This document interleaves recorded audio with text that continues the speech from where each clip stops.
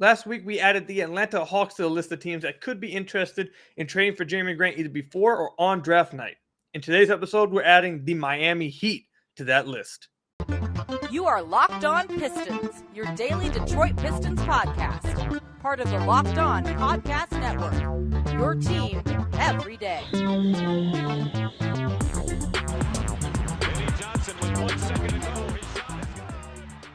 What's the deal? Welcome back to another episode of the Locked On Pistons podcast. Today's episode is brought to you by BetOnline. BetOnline has you covered this season with more props, odds, and lines than ever before. BetOnline, where the game starts. Per usual, I'm your host, Kuka Hill. You can find me over on Twitter at Kuka Hill. I want to thank you guys for making Locked On Pistons your first listen of every single day. We are free and available on all your podcast platforms. If you haven't already, head to the YouTube channel at Locked On Pistons.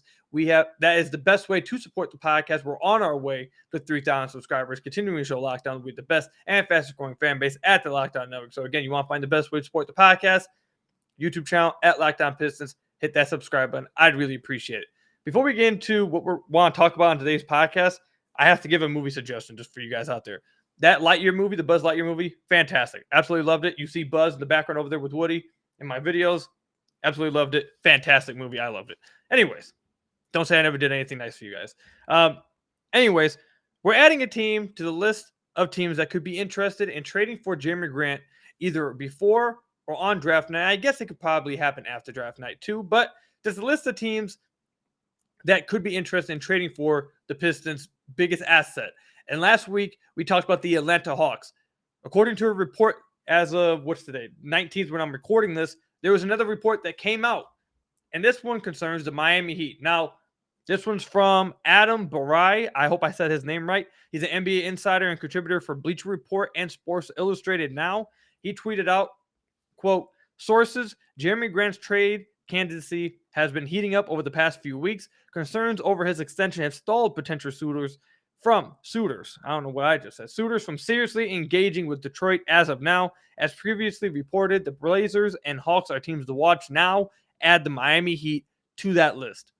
First of all, I just want to say to you guys that the part about the extension, you guys remember I told you guys, I believe on the last podcast, that I had heard already that the concern about how much he would want to be paid and his price number that Jerami wants and what he's expecting to get. Some people feel like he's being overpaid if he gets that number. I told you guys that in the last podcast. This report right here seems to back that kind of statement up that I was telling you guys about. That's first. Second, let's talk about how the Miami Heat could get Jerami Grant. And there's only really one trade that I see that even is possible there. We'll talk about that coming up.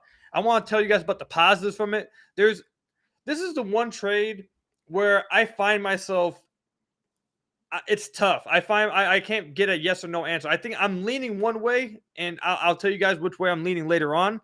But this trade definitely is one of those ones where I get why some Pistons fans would be like, no, absolutely not. This is not one of those ones where I'll say, oh, you're overpricing Jerami Grant. No, this is one of those ones I completely agree. This one is a little bit tough. So let me go ahead and give you guys the trade offer that I have. And again, I do all my trades over at fanspo.com. I think it's the best trade machine out there. I don't suggest you guys do the ESPN one or whatever. I like Fanspo. It takes into account all the contract rules, draft pick rules, etc. I like this one. So anyways, the trade that I have pulled up right here is Jerami Grant going to Miami and the Pistons receiving Duncan Robinson, this year's first-round pick from Miami, which is number 27, and next year's first-round pick from Miami, top 3 protected. That works financially. That works with the draft pick rule. All Miami would have to do, they just can't actually submit the trade before they make their pick. They'd have to make the pick at 27 for the Pistons. Then they'd be able to submit the trade to avoid the Stipien rule. So, like I said, I want to talk about the positives and the negatives that could come with this trade. So I want to start off with the positives, though. The positives are Duncan Robinson is one of the best shooters in the entire NBA. And honestly, you know what? Let's hold off on Duncan Robinson, actually, because I think the real award, the real reward from this trade are the 2 draft picks, obviously. You get Troy Weaver, another draft pick in this year's draft class, which, depending on who you talk to, a lot of people I see call it a weak draft. But either way, getting Troy Weaver, who's supposed to be a good drafting GM, that's where he's going to make his money. Getting him another first-round pick is always going to be a plus, and maybe he can use that to try a package and move up into the mid-rounds, maybe to 27, and a second round pick to move up. Who knows? But there's all kinds of things you can do with that. Again, getting Troy Weaver another selection is always a good thing. And then getting a pick in the 2023 draft. I told you guys this on the last podcast. We've had multiple people on the podcast who do a bunch of draft stuff, a bunch of scouts, say that next year's draft is going to be amazing. It's going to be incredibly deep. It's going to be full of talent, and everyone's looking forward to that draft class. So I've been saying for the last few weeks now that if the Pistons can find a way to get a pick in that draft class, I think that would be a major, major win. They need to get another pick in that draft class. From what it sounds like, it's going to be incredibly amazing. So having 2 picks in that draft class, again, I think it would be great. So I think that right there is the real reward of this trade. Now let's talk about Duncan Robinson. Duncan Robinson is one of the best shooters in the entire NBA. This past season on a down year, okay? This is on a down year. He shot 37% from deep on a ton of volume, about 7.8 attempts a game. And if you go over to the synergy chart, this past season, again, this is a down year for him. He ranked in the 79th percentile on spot-ups, scoring 1.1 points per possession. Ranking is very good. In handoff situations, 78th percentile, 1.04 points per possession. Again, ranking very good. Coming off screens, ranked in the 62nd percentile, scoring 1.0 points per possession. Again, this one, a ranking of good. In transition, he ranked very good in the 72nd percentile, scoring 1.23 points per possession. He's just an incredible shooter, as you can see by the numbers. In all jump shots, he ranked in the 82nd percentile, scoring 1.10 points per possession. Again, another ranking of very good. In all jump shots off the dribble, he ranked in the 96th percentile this past season, scoring 1.25 points per possession. Again, this was considered a down year for him. If you want to go to his previous season, which was much better, this one was much more on par with what you had seen from him over the last 2 seasons before this past season was the down year. The 2 seasons before then, this lines up more with that. 2 seasons ago, 85th percentile as a spot-up shooter, 72nd percentile as a handoff, coming off handoffs, 88th percentile coming off screens. Hold on, I lost myself right here. Okay, all jump shots, 94th percentile, 1.22 points per possession. Around the basket, he was even really damn good. He ranked in the 95th percentile. Catch and shoot wise, he ranked in the 84th percentile. All jump shots off the dribble, 90th percentile. So simply put, he's one of the best shooters in the entire NBA, and he instantly would be an incredible addition to the Detroit Pistons. Mind you, this Detroit Pistons team this past season ranked 29th in the NBA in all jump shots. They ranked 28th in the NBA in all catch and shoot opportunities. They ranked 29th in the NBA in all jump shots off the dribble. When it comes to spot up, 27th in the NBA. When it comes to handoffs, 24th in the NBA. Off screens, 28th percentile or 28th rank in the NBA. So the things that he's exceptional at, the things he's one of the best in the league at, are the areas that the Detroit Pistons struggled with mightily this past season. So he would directly help a need that the Detroit Pistons need, and he would provide a lot of spacing for Cade Cunningham. Him as a player, Duncan Robinson, the player, would be a great fit with the Detroit Pistons. He would, again, address a need, and he comes with 2 first-round picks, one of them in a heavy and loaded draft class next year. So those are the positives, okay? Like I said, there are some negatives, though, that give people reason to pause and have given me reason to pause. We'll talk about those negatives when we come back. But first, I had to tell you guys about one of our sponsors, BetOnline.net. BetOnline.net is your number 1 source for all your sports betting needs and sports info. Find all the latest sports developments, league reviews, and news, including this year's NHL playoffs and Major League Baseball. BetOnline is your continued source for all your sporting wagering information, including live betting, esports, and scores. And BetOnline.net remains the best spot for all your sports scores, podcasts, and news this season. BetOnline.net is the fastest and easiest way to check in on all your favorite sports and events, including MMA, boxing, and golf. Head to the website today or use your mobile device to learn more about the trends in action today. And something that we're going to be talking about in the 3rd segment today, who will the Pistons draft with the 5th overall pick? According to BetOnline.net, they have the odds on favorite to be Keegan Murray at -120. After him, they have Jaden Ivey at +250. After Jaden Ivey, Benedict Mathurin +475. Then they got Shane Sharp at +650. And Dyson Daniels, who's a name that's starting to creep up a little bit, at +1400. Who do you think the Pistons are going to draft? If you feel good about those numbers, head over to BetOnline.net.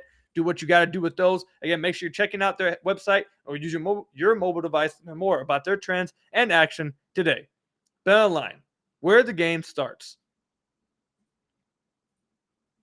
So I want to thank you guys again for making Locked On Pistons your first listen of every single day. We're free and available on all your podcast platforms. And if you haven't already, head to the YouTube channel at Locked On Pistons. Hit that subscribe button. It's the best way to support the podcast on our road to 3,000 subscribers, continuing to show Locked On with the best and fastest growing fan base at the Locked On Network. I'd really appreciate it. It's the best way to support the podcast. So we just got done talking about the positives of the trade for Jerami Grant, for Duncan Robinson, and 2 first-round picks, including one this year and one next year. We talk about the positives. There are some negatives. The negatives are, obviously, the first-round pick this year is not that high. It's 27. It's at the end of the first round in what people are considering a weak draft. So while, yes, you're getting Troy Weaver another crack at the apple in the first round, it's still a late-round pick, and it's not great value. So there's that. Also, you're basically trading Jerami Grant. In my belief, Miami's going to have to attach a pick to move Duncan Robinson. Now, that's an argument in of itself. Some people believe he's not a negative asset. Some people do believe he's a negative asset. That right there is enough of an argument there. So who knows if the Miami Heat even view him that type of way, or if the market views him that way. But to me, I think they probably will have to move him with the draft pick. So essentially, you would be trading Jerami Grant for the 27th pick. Duncan Robinson, next year's first-round pick. The first-round pick is coming to Detroit because you're taking on Duncan Robinson and his contract, which we'll talk about later. So essentially, you're really just trading Jerami Grant for the 27th overall pick if you want to look at it that way. If you're big into asset management and microanalyzing that kind of thing, I do think it's important to look at asset management like that. So if you're big into that kind of thing, I can see why some of you guys may want to hold up with that. That's 2. Thirdly, now we have to get to Duncan Robinson, his contract, and him as a player. Duncan Robinson is being paid $16.9 million this year, which isn't an overpay. Yes, he's being overpaid. But that, honestly, is not my biggest problem. My biggest problem is the fact that he's going to be under contract for 3 more seasons. And this contract is escalating, too. It goes from 16 to 18 to 19 with an early termination option for the 25-26 season. So he's going to be on contract for the next 3 years, and the contract slowly but surely going up and up and up. So what I'm saying here is this. If you had to pay Duncan Robinson for like the next 2 years at this price, I'd feel a lot better about it. I'd be more willing to do this trade. But the fact that he's taking up that kind of cap space for the next 3 years. Remember, when we talk about all the free agents that, on the past episodes, we've talked about outside DeAndre Ayton, I'm talking about Colin Sexton, Jalen Brunson, even some of the low-key signings, maybe possibly Mo Bamba or Gary Harris, all that I've always brought up to you guys repeatedly over and over and over. I brought up to you guys how I don't want the Pistons to have any long-term salary on their cap books unless it's for a guy like DeAndre Ayton. I do not want them to have to sign some guy that's going to be on their contract or on their books in 24-25 or 25-26. Like, absolutely not. I want that to be free. I want them to be able to have flexibility. I want them to be able to make moves in the future. Because, again, I don't view this free agency class as that spectacular. And in a few years from now, you're going to, 1, start paying the young guys. And 2, in a few years from now, the team will be ready to win. And that's when you need to be able to push your chips into the table and bring in somebody with some of that flexibility and cap space that you have. So the fact that he's on that contract for 3 seasons instead of just like 1 or 2, and it's also escalating each season, gives me real reason to pause right there. I really just don't want the Pistons to have a contract like that on the books for so long. Duncan Robinson, though, the player, I really do think he would solve a lot of things for them offensively. He's 6'8", 210, so he's not tiny. He gives them that length. He gives them the size. Now, technically, he's not that great defensively. He's not a good defender. We'll talk about that too. But he does figuratively give you that size and length at the wing position. You're not downgrading in size or anything. And again, like we talked about earlier, he directly addresses needs that the Pistons have from last season. They were historically awful on offense this past season before they made the trade for Marvin Bagley. They were horrific. They can't shoot the ball. No one can hit an open shot. They try to do dribble handoffs all the time, but they don't have guys, 1, who can set screens with the dribble handoff, or 2, that can hit shots off dribble handoffs.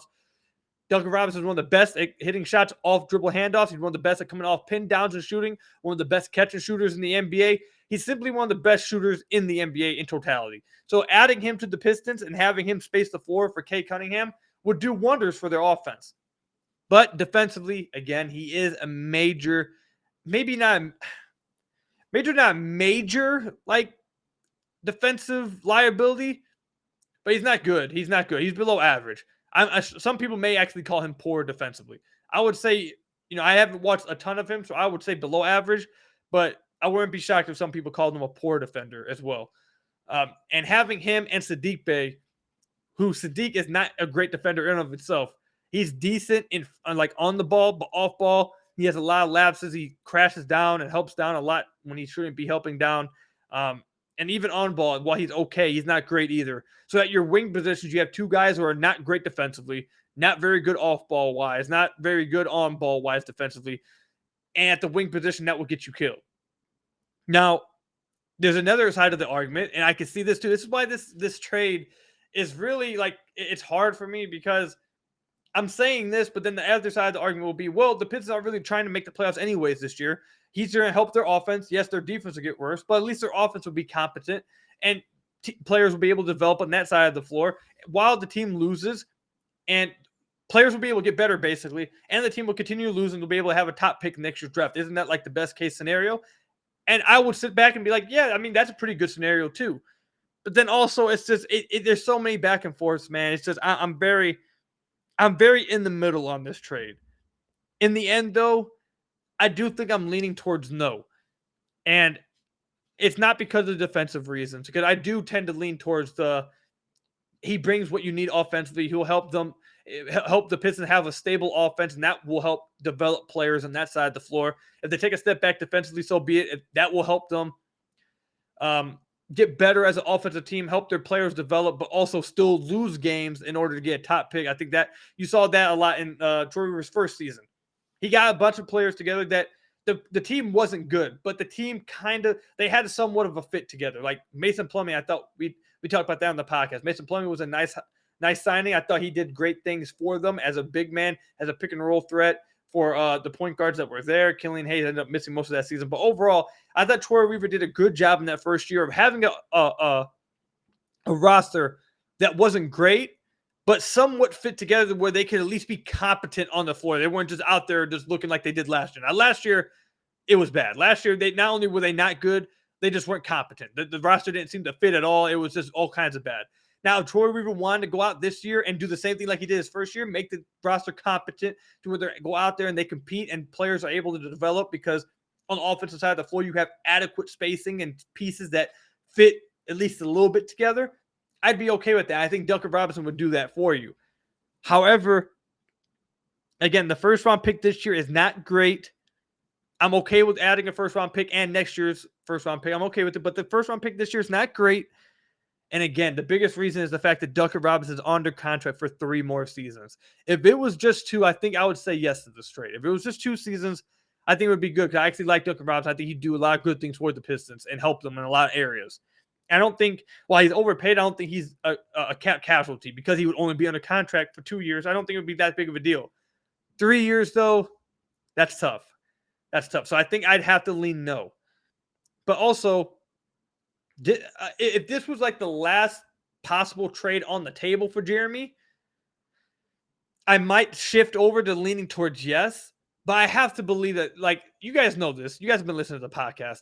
I have not believed that Jerami Grant's value is as big as a lot of Pistons fans think it is. I think that they're going to have to settle for a mid-round pick.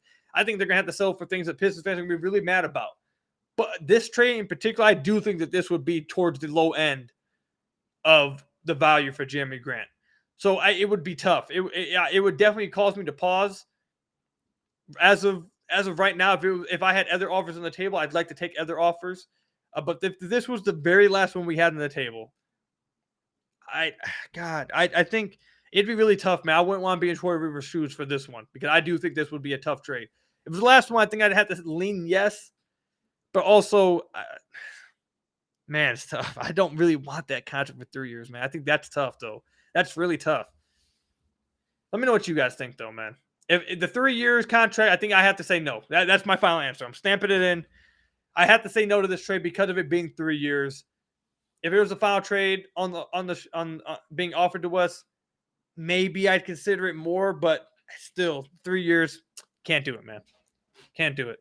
Let me know what you guys think about that trade in the comment section down below and everything that comes with it. Do you agree with the positives? Do you agree with the negatives? Do you think the positives outweigh the negatives? Let me know all that in the comment section down below or over on Twitter at Kuka Hill. When we come back, the NBA draft, 3 more days, guys. We're going to talk about who are the Pistons going to draft? Who are the betting favorites? Who do I think are the betting favorites? We'll talk about all that in the final segment. But first, you guys have to hear about some of our lovely sponsors.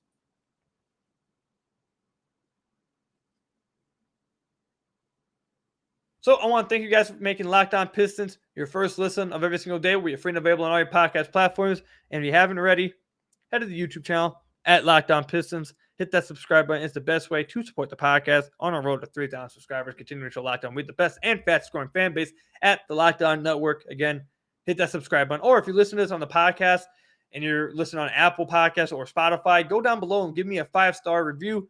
I'd really appreciate it. That's another great way to support the podcast. All right, so draft 3 days away, man. It's coming fast, dude. It came really fast. I feel like time just flew by, dude. It felt like just a few days ago the lottery happened, and we were all arguing about whether the lottery was really that bad and all that. Like time definitely flew by fast, man. But 3 days, and the Pistons had the 5th overall pick. I think the draft really does start at 4. We talked about that a lot with what the Kings decide to do if they decide to trade it. Are they going to try to play a game of chicken with teams behind them because of Keegan Murray, et cetera, et cetera? We've talked about all that in the last episode and a few episodes last week. So if you want to hear more in-depth things about that, go listen to those episodes. But according to BetOnline, here are the betting favorites for that 5th overall pick for the Detroit Pistons. At the runaway favorite right now is Keegan Murray at -120. Then they got Jaden Ivey at +250. Benedict Mathurin at +475. Shaedon Sharpe at +650. And Dyson Daniels at +1,400. Now, I'll tell you this. You guys know that I'm a Shaedon Sharpe guy. I think Shaedon Sharpe should be the pick. But I'm telling you guys right now, I think you guys might as well just go ahead and X him off the consideration. I don't think the Pistons are considering him at all. I don't think he's even again, I don't think he's going to be considered at all. So we'll go ahead and just X him off. Do not put money on Shaedon Sharpe. If you go to betonline.net, do not put money on Shaedon Sharpe. It's not happening at 5. It's not going to happen. If that happens, we're going to have to do something crazy on the podcast. I'm telling you guys right now. Wink, wink, elbow, elbow, nudge, nudge. Shaedon Sharpe will not be the pick at 5 for the Detroit Pistons. So now that brings 4 other players. And I think everyone is kind of accepting Keegan Murray to be the pick. You guys already know how I feel about Keegan Murray. He'd probably be a nice player out the gate. His ceiling, I seriously question it. And again, I've said this multiple times in the podcast. It's kind of a joke, kind of not really, though. You can get a Cam Johnson in free agency. Calling Keegan Murray Cam Johnson. The Pistons can get one of those guys in free agency. You can afford to pay like $10, $15 million on a guy like that in free agency when you need him. What the Pistons can't do is go after a superstar in free agency. What they can't do is go after a star in free agency. What they can't do is get an all-star in free agency. It just hasn't happened for the Detroit Pistons in their history. A lot of you guys get mad when I say that. That's just simply the case. Like, listen, I love Detroit. I love the Pistons. All of us love Detroit. But if just being objective and realistic, which what you have to be, the Pistons are not a free agent destination. They're not going to pull superstars. They're not going to pull stars. They're not going to pull all-stars in free agency. It's not going to happen. They might be able to pull guys like DeAndre Ayton, who haven't been an all-star yet, that eventually turn into an all-star. But guys who are already all-stars and stars and stuff, they're not coming to Detroit. It doesn't happen. It hasn't happened. So that's why I'm against getting Keegan Murray. We can get a Keegan Murray in free agency. What we can't get is a star. So I would not want Keegan Murray, but I do think that he should be the betting favorite. I wouldn't be shocked at all if the Pistons do pick him.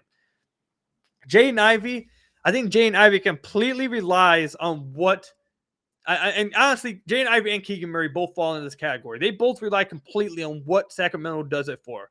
And again, we talked about this a lot more in depth last week and in this last episode, and I believe it was last week with Bryce Simon, host of the Pistons Pulse podcast. But basically, the overall thought is that Sacramento likes Keegan Murray a ton. They also want to trade that 4th pick and get additional assets because they think, or at least they did think, they could move back and get Keegan Murray. But now, because they know a lot of teams want Jaden Ivey at 4, so they thought they would be able to get Jaden Ivey or get a trade done at 4 where they can move back in the draft, let that team get Ivey, get additional assets, and then get Keegan Murray by falling back. But now it seems like, and who knows, maybe Troy Weaver's putting up the best smoke screens of all time, and it works. But it sounds like the Pistons are going to take Keegan Murray at 5 if he's there. So now the Kings know that if they trade back, they're not going to get Keegan Murray. So now the Kings have kind of lost the little power that they had. There are some recent reports that the Kings are, they're interested in doing this and doing that. Basically, I told you guys when it happened, I feel like that's the Kings leaking that out and lying, trying to gain some of that leverage back, because I do think that they've lost that leverage. Now that it sounds like the Pistons will get Keegan Murray, a lot of teams I feel like will know that they don't want to go backwards because they want Keegan Murray. So they're kind of in a tough position. Do they take Keegan Murray at 4? Do they call the Pistons bluff and move back still and try to get Keegan Murray and just hope that he falls to them? Like, they're in a tough position. Do they just take Jaden Ivey? Do they trade that 4th pick to a team that wants Jaden Ivey and get additional assets? Kings are in a tough position. And it depends on what they do with those two guys. So I think if the Kings take Keegan Murray at 4 and just say, screw it, we're not going to risk it, I think Pistons take Jaden Ivey. If the Kings take Jaden Ivey or trade the pick to someone who gets Jaden Ivey, then I think Keegan Murray, yes, should be the betting favorite. Now, this is where it gets interesting. Benedict Mathurin. I've kind of gotten a little bit higher on him. We talked about that again in an episode last week.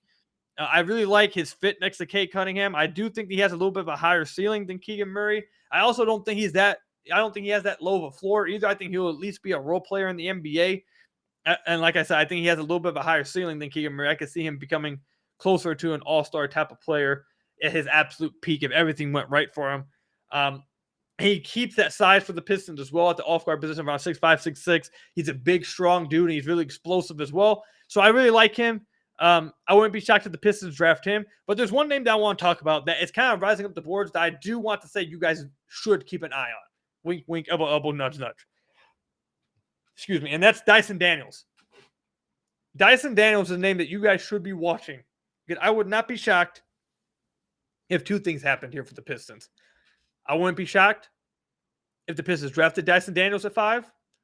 I wouldn't be shocked if the Pistons traded back to draft Dyson Daniels. Collect an additional asset to it with another team. Let's say the Kings take Ivy at 4. Or no. I'm sorry. Let's say the Kings take Murray at 4. Now all the teams that want Ivy talking to the Pistons at 5. I wouldn't be shocked if the Pistons found a way to trade back at 5 and get additional draft pick and then take Dyson Daniels. They like Dyson Daniels. I can tell you guys that. And he's a guy that's been rising up the boards across. I feel like across the league, you're kind of seeing him rise up across the board. I can tell you the Pistons do like him. And I wouldn't be shocked if they found a way to get him in this draft. Whether that was at 5 or, again, like I said, trade him back. So it's going to be really interesting. The draft starts at 4. It all depends on what Sacramento decides to do at 4. I think that will decide what Detroit does with their pick. It's going to be interesting, man. But keep an eye on these guys. These are the betting favorites right here. And again, keep your eye on Dyson Daniels. I would not be shocked if he ended up being the pick somewhere for the Detroit Pistons. Let me know what you guys think down below. Who are you guys leaning towards with 3 days left to the NBA draft? Who do you guys want the Pistons to draft? Let me know in the comment section down below or over on Twitter at KukaHill. That's all I've got for you guys today. Thank you guys for listening to today's podcast. Thank you for making Locked On Pistons your first listen of every single day. We are free and available on all your podcast platforms. If you haven't already, head to the YouTube channel at Locked On Pistons. It's the best way to support the podcast on our road to 3,000 subscribers. Continuing to show Locked On with the best and fastest growing fan base at the Locked On Network. The first picks of the Ultimate NBA Mock Draft have been made. Search now for Ultimate NBA Mock Draft and get over 50 insiders, the Odyssey Sports experts. The draft experts have Locked On NBA Big Board. The 5-episode Ultimate Mock Draft is underway. Make Ultimate Mock Draft your second listen today. And if you don't know where to find it, last week's episode on Friday on the podcast, if you're listeners on YouTube or watch this on YouTube, you won't see it. But if you want to go to the podcast version on Friday, it was published on the Locked On Pistons channel. So if you want to hear how the first 5 picks went and who we selected and how everything, how the order went, Friday's episode, that was the Ultimate Mock Draft. Go check that out if you're interested in that.